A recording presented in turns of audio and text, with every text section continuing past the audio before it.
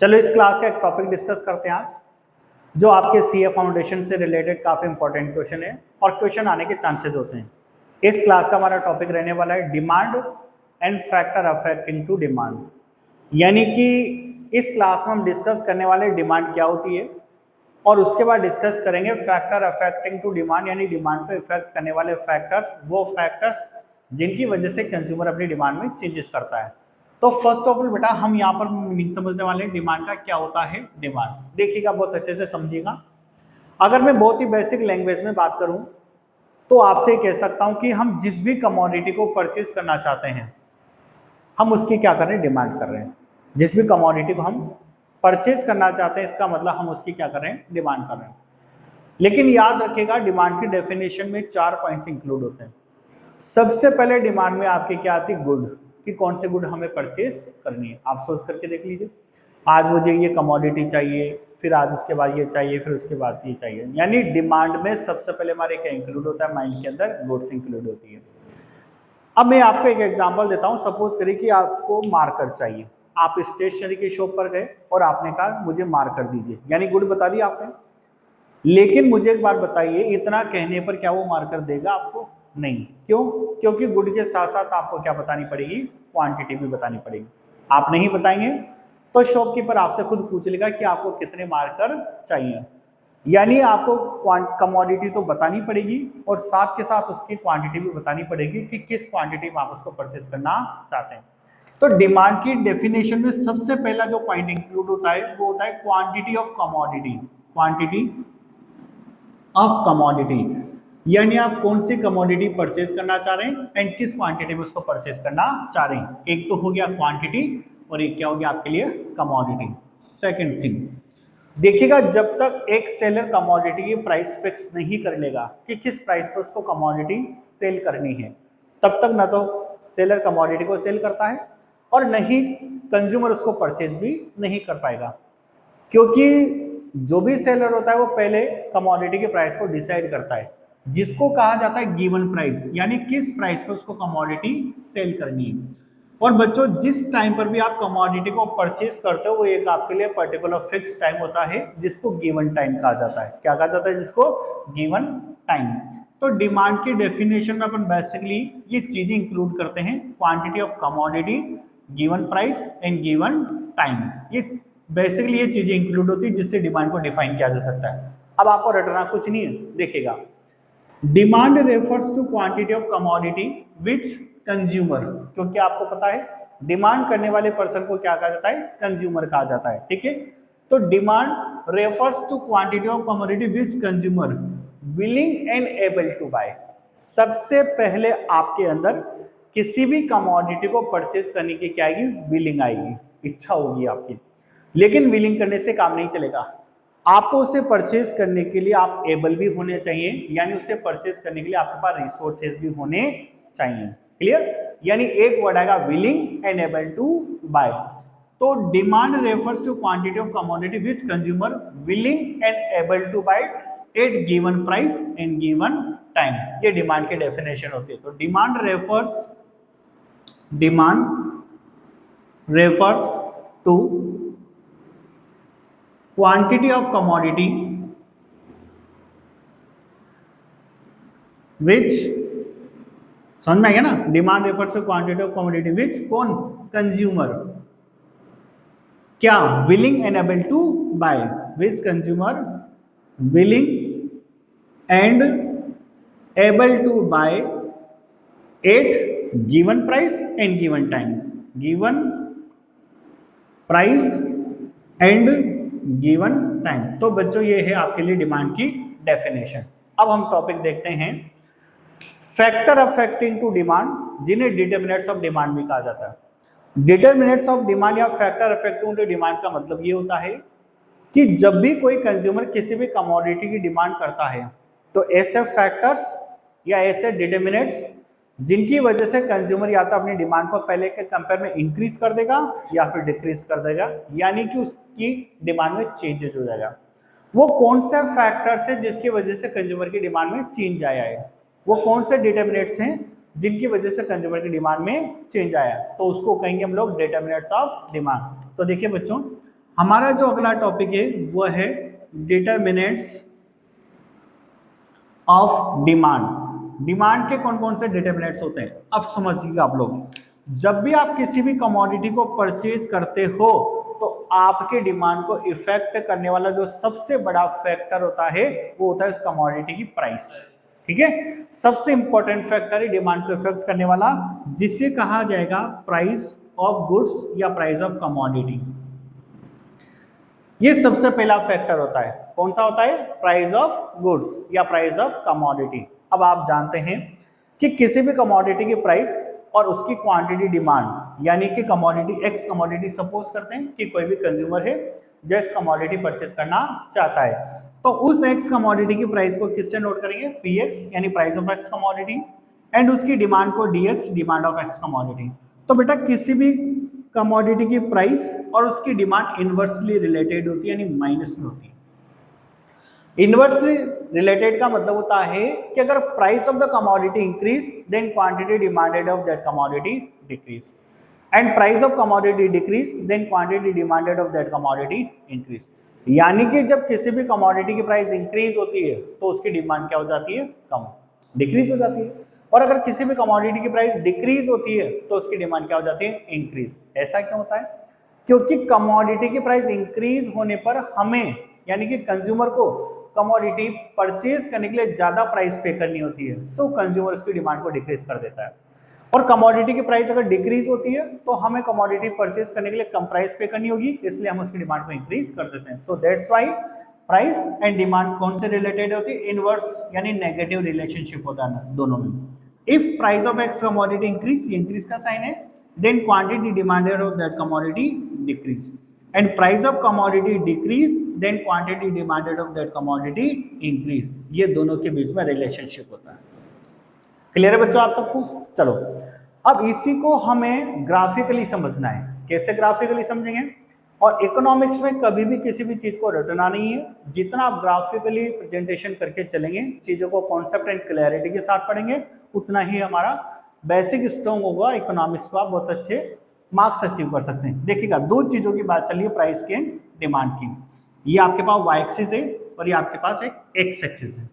Price लेनी है, demand लेनी है, वाई एक्सिस पे अपन यहाँ पर प्राइस को ले रहे हैं एंड एक्स एक्सिस पे अपन क्वांटिटी डिमांड को ले रहे हैं, जिसको क्यू से रिप्रेजेंट कर रहे हैं। क्लियर? अब हम एक बेसिक कंडीशन मान लेते हैं, यानी ये रिलेशन हमें इनवर्स रिलेशनशिप हमें यहाँ पर पुट करके बताना है। अब हम एक बेसिक कंडीशन मान लेते हैं कि सपोज करना ये ओ है।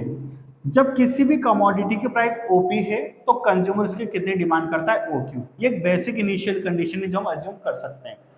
मार्केट में जाते तो ये सोच लेते हैं कि मान लो किसी भी कमोडिटी प्राइस अगर 100 रुपए है तो हम उसकी 5 क्वांटिटी परचेज करेंगे। ये एक बेसिक कंडीशन है। फिर प्राइस में चेंजेस हो रहा है तो हमारी डिमांड पर क्या इफेक्ट पड़ेगा? यानी 100 रुपीज से अगर प्राइस इंक्रीज या डिक्रीज हो रही तो हमारी डिमांड पर क्या इफेक्ट पड़ेगा, उसको हम यहाँ पर ग्राफिकली देख रहे हैं। तो लेट्स सपोज कि when price OP of a commodity then quantity demand of that commodity OQ, that is initial diagram. Basic condition assume कर ली। अब हमें क्या करना है? प्राइस और डिमांड में जो हमने इनवर्स रिलेशनशिप पढ़ा है कि प्राइस के इंक्रीज होने पर डिमांड डिक्रीज होती है, प्राइस के डिक्रीज होने पर डिमांड इंक्रीज होती है, ये यहाँ पुट करना है। तो जैसे ये ओपी प्राइस इंक्रीज होगी, यानी ओपी प्राइस इंक्रीज होकर के किस में कन्वर्ट होगी? OP1। तो प्राइस के इंक्रीज होने पर डिमांड क्या होगी? डिक्रीज। ये OQ से डिक्रीज होकर के क्या रह जाएगी?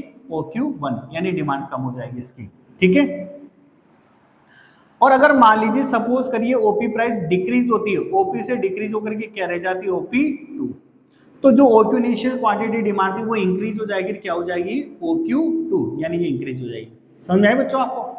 ये डिमांड लाइन है जिसको आप कर्व की फॉर्म में भी बना सकते हो, स्ट्रेट लाइन की फॉर्म में भी बना सकते हो। ये DD है जो डाउनवर्ड स्लोप में है। कौन से स्लोप में है? डाउनवर्ड। अब आपसे सीए फाउंडेशन में एक MCQ का क्वेश्चन पूछा जा सकता है, डिमांड लाइन कौन से स्लोप में होती है? A option upward, B option downward, C option D option में बोथ या नन ऑफ दीज हो सकता है। क्लियर है? तो डिमांड लाइन कौन से स्लोप में होती है? डाउनवर्ड स्लोप में, due to inverse relationship between price and quantity demand of the commodity. क्योंकि प्राइस और डिमांड में इनवर्स रिलेशनशिप होता है, so that's why demand line कौन सा स्लोप में होती है? डाउनवर्ड स्लोप में होती है। ठीक है बच्चों? तो डिटरमिनेंट्स ऑफ डिमांड का सबसे फर्स्ट फैक्टर है जो हमारी डिमांड को इफेक्ट करता है।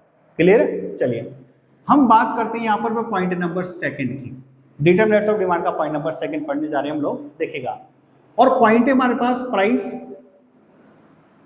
ऑफ रिलेटेड गुड्स, ये पॉइंट सेकंड है कि रिलेटेड गुड्स की प्राइस कैसे हमारी डिमांड को इफेक्ट करती है। अब बेटा रिलेटेड गुड्स की प्राइस कैसे डिमांड को इफेक्ट करती है, इसको समझने से पहले आप ये समझिएगा कि what is the related goods. सबसे पहले समझिएगा बेसिक कि रिलेटेड गुड्स किसको कहा जाता है, समझिएगा। रिलेटेड गुड्स का मतलब क्या होता है, change in quantity of one commodity due to change in price of another commodity. इसका मतलब ये है कि किसी एक कमोडिटी की प्राइस में चेंज होने से अनदर कमोडिटी की डिमांड में जो चेंज होता है उसको रिलेटेड गुड्स कहा जाता है। सपोज करिए मेरे पास दो गुड्स है, ये एक गुड मेरे पास एक्स है और एक गुड कौन सी है, वाई। तो एक्स की प्राइस में चेंजेस का इफेक्ट किस पर आएगा, वाई की डिमांड पर। एक की प्राइस और दूसरे की डिमांड, इसकी प्राइस में चेंजेस का इफेक्ट इसकी डिमांड पर आएगा, तो ये रिलेटेड गुड्स होगी। तो what is the meaning of the related goods, change in quantity demand of one commodity due to change in price of another commodity, that is a related goods. तो यहां पर हम नोट कर सकते हैं चेंज in quantity demand of one commodity due to change in price of another commodity। किसी भी एक कमोडिटी की प्राइस में चेंजेस का इफेक्ट जब अनदर कमोडिटी पर होता है तो ऐसे गुड्स को क्या कहा जाता है, रिलेटेड गुड्स कहा जाता है। अब बच्चों जो रिलेटेड गुड्स होते हैं वो दो टाइप के होते हैं हमारे पास। How many types of the related goods, two types. कौन कौन से, सब्स्टिट्यूट एंड कॉम्प्लीमेंट्री गुड्स। यहां पर हमारे पास जो रिलेटेड गुड्स हैं वो दो टाइप के होते हैं। कौन कौन से, सब्स्टिट्यूट एंड कॉम्प्लीमेंट्री।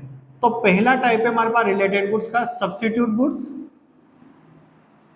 और बच्चों सेकंड है हमारे पास कॉम्प्लीमेंट्री गुड्स। कॉम्प्लीमेंट्री गुड्स, ये दो टाइप के गुड्स होते हैं रिलेटेड गुड्स। कौन कौन सा, सब्स्टिट्यूट, कॉम्प्लीमेंट्री।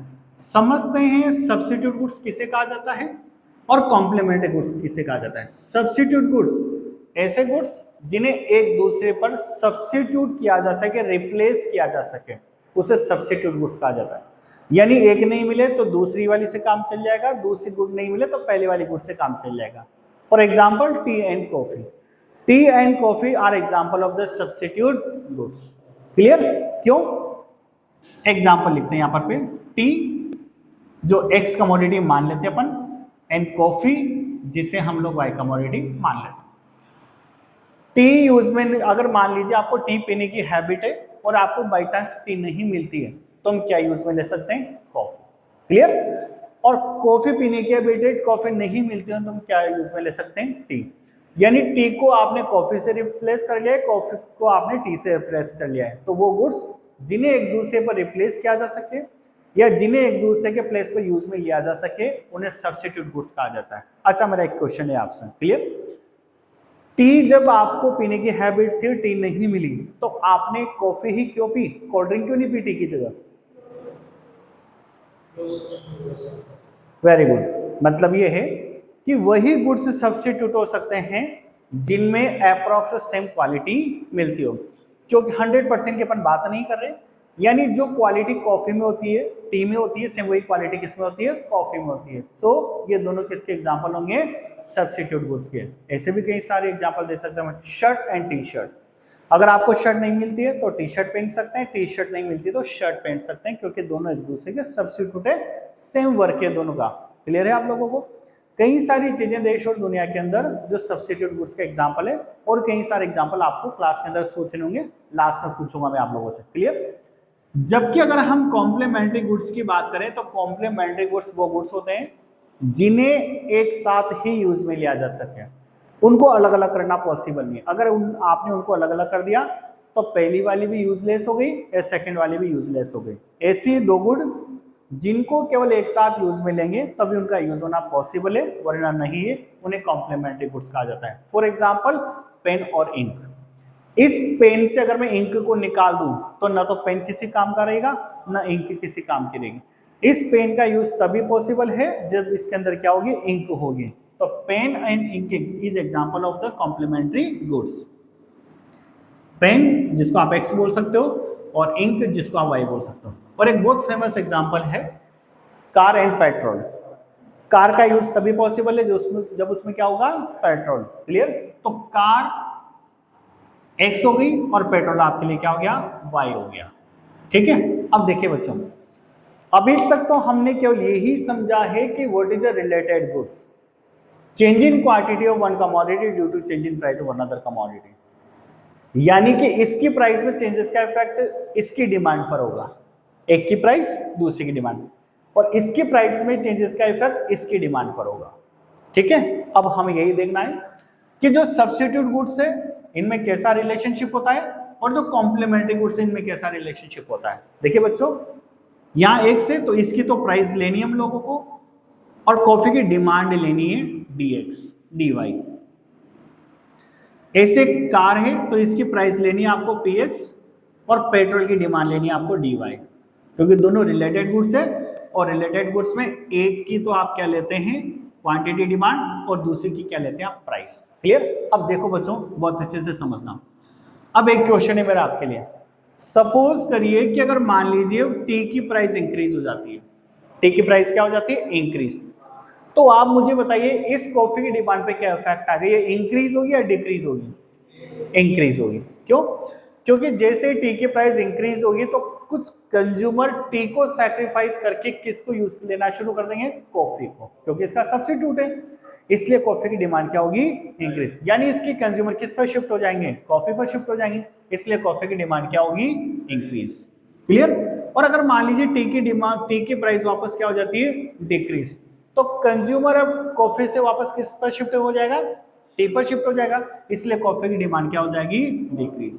क्लियर? अब देखो, टी की प्राइस इंक्रीज होने पर कॉफी की डिमांड भी क्या हो रही है, और टी की प्राइस डिक्रीज होने पर कॉफी की डिमांड भी क्या हो रही है, दोनों में कौन सा रिलेशनशिप आ रहा है, पॉजिटिव। कौन सा आ रहा है, क्योंकि सेम डायरेक्शन में चेंजेस हो रहा है। अब सीए फाउंडेशन का एक क्वेश्चन समझिए आप लोग।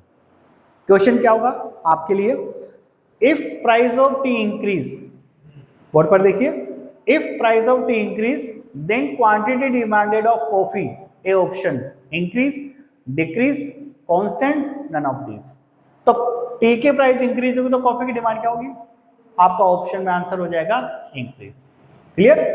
If price of tea decrease then what will be the effect on demand of the coffee, decrease, because there are positive relationship between price of commodity and quantity, price of x commodity and quantity demand of y commodity. X हमारे लिए T है, Y हमारे लिए coffee है। Clear?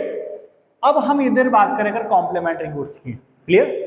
तो यहाँ car की price में चेंजेस का इफेक्ट किस पर बताना आपको, पेट्रोल की डिमांड पर। सपोज करिए बच्चों ये कार की प्राइस है, अगर कार की प्राइस इंक्रीज होती है तो बताइए पेट्रोल की डिमांड पर क्या इफेक्ट आएगा, डिक्रीज हो जाएगी। कार की प्राइस इंक्रीज होने पर पेट्रोल की डिमांड क्यों डिक्रीज हो रही है, वेरी गुड, क्योंकि कार की जैसे प्राइस इंक्रीज होगी तो कंज्यूमर कार परचेज करना कम कर देंगे, और कम कार परचेज करेंगे तो बेसिकली बात है कि पेट्रोल की डिमांड भी क्या हो जाएगी, कम हो जाएगी। तो कार की प्राइस इंक्रीज होती है तो यहाँ पर पेट्रोल की डिमांड डिक्रीज होती है। और अगर मान लीजिए कार की प्राइस डिक्रीज हो गई तो कंज्यूमर कार परचेज करना ज्यादा कर देंगे, तो यहाँ पर पेट्रोल की डिमांड क्या हो जाएगी, इंक्रीज हो जाएगी। तो यहाँ पर कौन सा रिलेशनशिप है, इनवर्स रिलेशनशिप। अब सीए फाउंडेशन के और भी क्वेश्चन डिस्कस करते हैं। सब्स्टिट्यूट गुड्स कौन सा रिलेशनशिप होता है, आंसर होगा आपका पॉजिटिव। कॉम्प्लीमेंट्री में कौन सा होता है, आंसर होगा नेगेटिव। टी की प्राइस इंक्रीज होने पर कॉफी की डिमांड क्या होती है, टी की प्राइस डिक्रीज होने पर कॉफी की डिमांड क्या होती है, कार की प्राइस इंक्रीज होने पर पेट्रोल की डिमांड, और कार की प्राइस डिक्रीज होने पर पेट्रोल की डिमांड। समझ में आ गया बच्चों आपको? चलो इसको ग्राफिकली भी समझते हैं अपन। आपके पास ये वाई एक्सिस है, देन ये एक्स एक्सिस है, ये यहाँ पर वाई एक्सिस है और ये आपके पास एक एक्सिस है। अब जैसे इस डायग्राम में हमने एक बेसिक डायग्राम अज्यूम करा था कि when price of P then quantity demanded okay, y axis पे अपन प्राइस को लेते हैं, एक्स एक्सिस पे अपन क्वांटिटी डिमांड को लेते हैं। ये वाई एक्सिस जहां पर अपन ने प्राइस को लिया और एक्स एक्सिस पे अपन क्वांटिटी डिमांड। अच्छा, प्राइस किसकी ले रहे हैं आप, टी की, तो यहाँ मेंशन करोगे आप टी। क्वांटिटी डिमांड किसकी ले रहे हैं अपन, कॉफी की, तो यहाँ पर मेंशन करेंगे हम लोग कॉफी। क्लियर बच्चों आपको? ऐसे यहाँ पर प्राइस किसकी ली जा रही है, कार की, तो यहाँ कार, और यहाँ डिमांड किसकी ली जा रही है, पेट्रोल की, तो यहाँ पर पेट्रोल। अब दोनों के एक बेसिक कंडीशन अज्यूम कर लेते हैं, when price OP then quantity demanded OP, यानी जब टी की प्राइस ओपी है तो कॉफी की डिमांड कितनी है। ये तो बेसिक डायग्राम है जो यहाँ भी बनाया था अपन ने। और यहाँ पर भी एक बेसिक कंडीशन अज्यूम कर लेते हैं, when price OP then quantity demanded OP, यानी जब कार की प्राइस ओपी तो पेट्रोल की डिमांड कितनी है। अब एक बहुत बेसिकली बात है बच्चों, आपको एक्सप्लेन कर दिया गया है कि सब्स्टिट्यूट गुड्स में कौन सा रिलेशनशिप होता है, यानी प्राइस इंक्रीज होगी तो डिमांड भी क्या होगी, पॉजिटिव, मतलब सेम डायरेक्शन में चेंजेस होगा। तो जैसे ये प्राइस इंक्रीज होगी टी की, वैसे कॉफी की डिमांड भी क्या हो जाएगी, इंक्रीज, क्योंकि यहाँ पॉजिटिव रिलेशनशिप है। और अगर ये प्राइस डिक्रीज होती है टी की, तो कॉफी की डिमांड भी क्या हो जाएगी, डिक्रीज हो जाएगी, ये नेगेटिव रिलेशनशिप। ये लो, अब मुझे बताइए सब्स्टिट्यूट गुड्स का जो कर्व होता है ये अपवर्ड होता है या डाउनवर्ड होता है, अपवर्ड हो गया अभी, क्लियर, क्यों, क्योंकि यहाँ कौन सा रिलेशनशिप आ रहा है, पॉजिटिव। यहाँ पर कौन सा रिलेशनशिप है, तो कार की प्राइस जैसे इंक्रीज होगी तो पेट्रोल की डिमांड क्या हो जाएगी बच्चों, डिक्रीज हो जाएगी। और अगर कार की प्राइस डिक्रीज होती है तो पेट्रोल की डिमांड क्या हो जाएगी, इंक्रीज हो जाएगी। कौन सा स्लोप आ रहा है, नेगेटिव, यहां कौन सा था, पॉजिटिव। क्लियर है आप सभी को, सेकंड पॉइंट भी क्लियर है। अब हम थर्ड पॉइंट डिस्कस करेंगे, ठीक है, जिससे कहा जाता है इनकम ऑफ कंज्यूमर। पहले आप बोर्ड का स्क्रीनशॉट ले लीजिए या बोर्ड को कॉपी कर लीजिए, उसके बाद आगे टॉपिक बढ़ाते हैं।